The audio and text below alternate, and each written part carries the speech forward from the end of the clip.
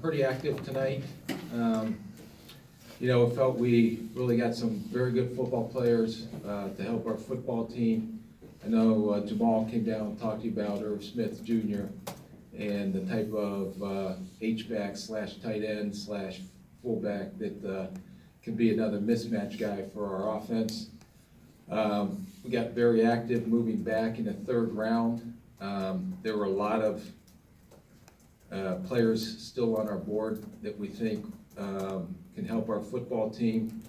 We moved back. One of the areas we thought we needed to make sure we covered was at running back in a different type since we lost Latavius Murray. Alexander Mattison is a big back that is very productive, can catch the ball very well, the backfield. I know we went through our meetings, our scouts and our coaches felt very strongly about him and what he can bring to this team, and looking forward to getting him here.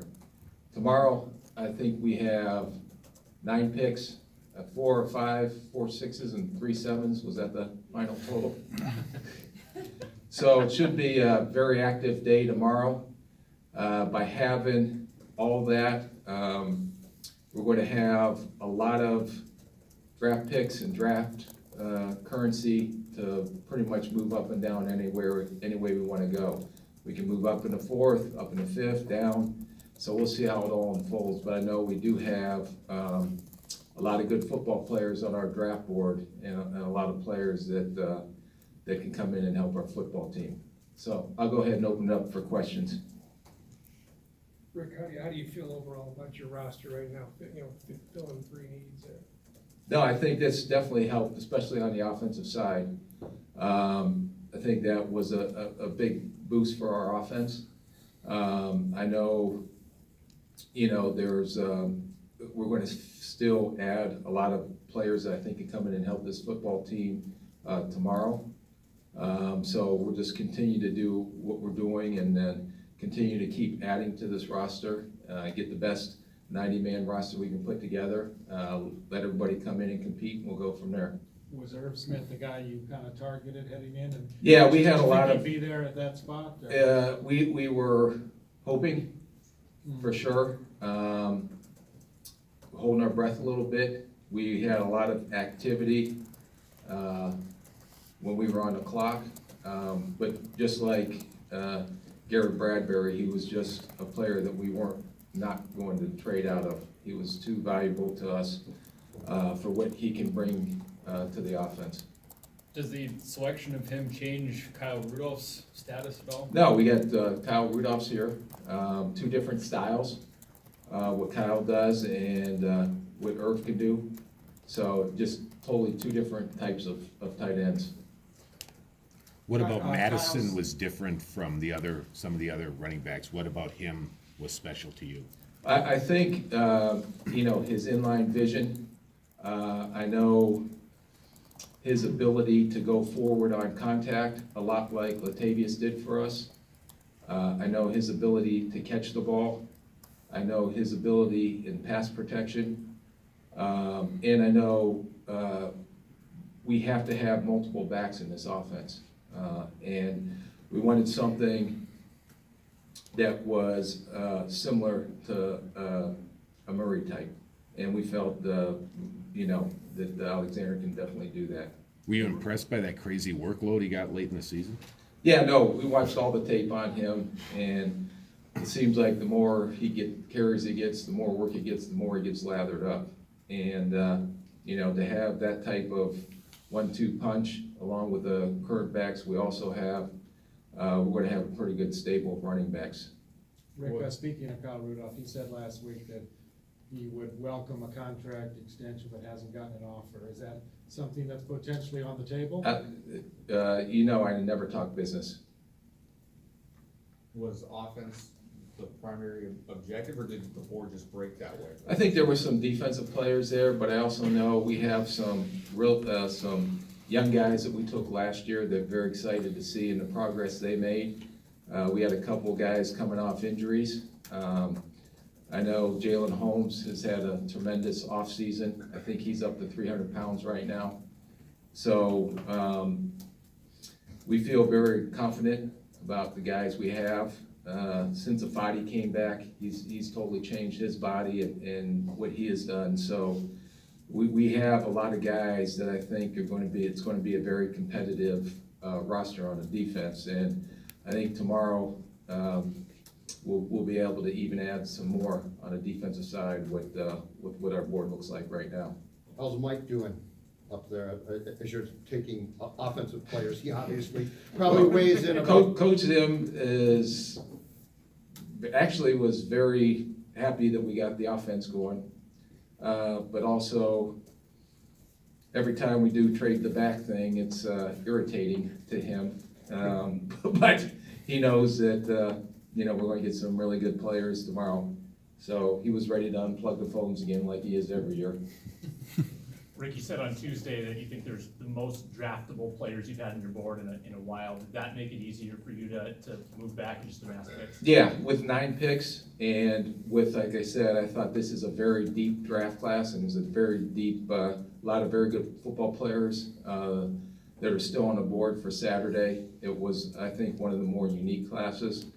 And there are guys that we already have targeted that with all the currency we do have, we're going to be able to move up and down, I think, as we see fit, if we want to do that. Hey, Rick, in going back, what's the strategy there? Because there's got to be guys who are there that you like as well. As long as we have 4 or 5 options that we have, we feel are equal in ability and that also can fill a need, why not move back and get the currency? We did the one trade back-to-back, and then I can't remember who we traded with first before we did the Baltimore trade. Jets. The Jets. So teams covered guys, and they wanted to come up and get their guy. Once Baltimore found out who the Jets took, then they were willing to do that trade. But as long as I know we have options and feel very strongly about those players that can come in and help us, and not lose out on a good football player. Like the first 2 rounds, there was no way we would trade out of those slots. As we get deeper in the draft and with the depth of this draft class, it gave us an opportunity. Now, would I have predicted we'd have 9 picks tomorrow? No, but that's the way it unfolded tonight. Did you feel there were a bunch of running backs that were kind of similar at that stage? We had, yeah, there are some good running backs up there. There was kind of a running back run in the 3rd round. And there's some still very good backs up there, but we felt Mattison was just a unique back and a back that fit all the traits that we were looking for, especially with the run game that we're going to have and the workhorse that he can be. Rick, with Smith being on the younger side, what's the path for growth for him to being one of those mismatch guys that could be every down tight end? I know we spent a lot of time studying him. He was another one that I believe the last time we really had much communication with him was the formal interview at the Combine. Knocked it out of the park. Great kid. And we kind of let it go after that. But I think that when you watch the Alabama tape and see how you can utilize his skill set in many different ways to create mismatches, because I think he can create mismatches with linebackers or if safeties get on him. It's a tight end, that type of tight end we haven't had here. And I know that's a big part of Gary Kubiak's offense and Kevin Stefanski's offense right now. The other thing I thought was, don't want to put him there yet, but he has a lot of Reed-type traits in Washington, and that's why he was very appealing to us. Rick, do you see him and Kyle on the field at the same time a lot, or? Yeah, I don't want to put what we're going to do offensively. That's more of a coaching. But the offense that you're putting in place, is that? I think that they want to do, I think last year, and I don't know the stats, but if you charted, we were predominantly 3 wide almost every snap. And don't quote me on that, but I think by getting the athletes that we have, you can do a lot more different with types of personnel to create mismatches. Rick, I know you said with a lot of capital, you can move up and down, maybe how you would like tomorrow, but at what point with all the assets that you have tomorrow, is there a conversation as day 3 wears on where you look to acquire capital for the following season? It's always a possibility. Time for 2 more, Rick. Does age impact, I mean, because Mattison's also pretty young as well, does age impact the evaluation process? Not at all. We look at in fact, when they're that age, they don't have a lot of tread on their tire, and we feel their upside is just tremendous going forward as well. But we've had a lot of success. I think Brian O'Neill was at last year. Donnell Hunter, when we drafted him, we've been pretty good on taking these type of guys that are young and putting in with our coaches and letting them develop their talent. With Mattison, was there any contact with him after the combine, or just Not much. No? No. His 40? Because once they didn't check all scare the you? boxes and we're good with them, we're not going to tip our hand. The guys that we do bring in on the top 30, there may be some things that we have questions on, whether it's medical, whether it's character, whether it's intelligence, and some of them may be smokescreen. Some of them are late round guys that we try to recruit as college free agents. So we utilize that top 30 in a variety of ways.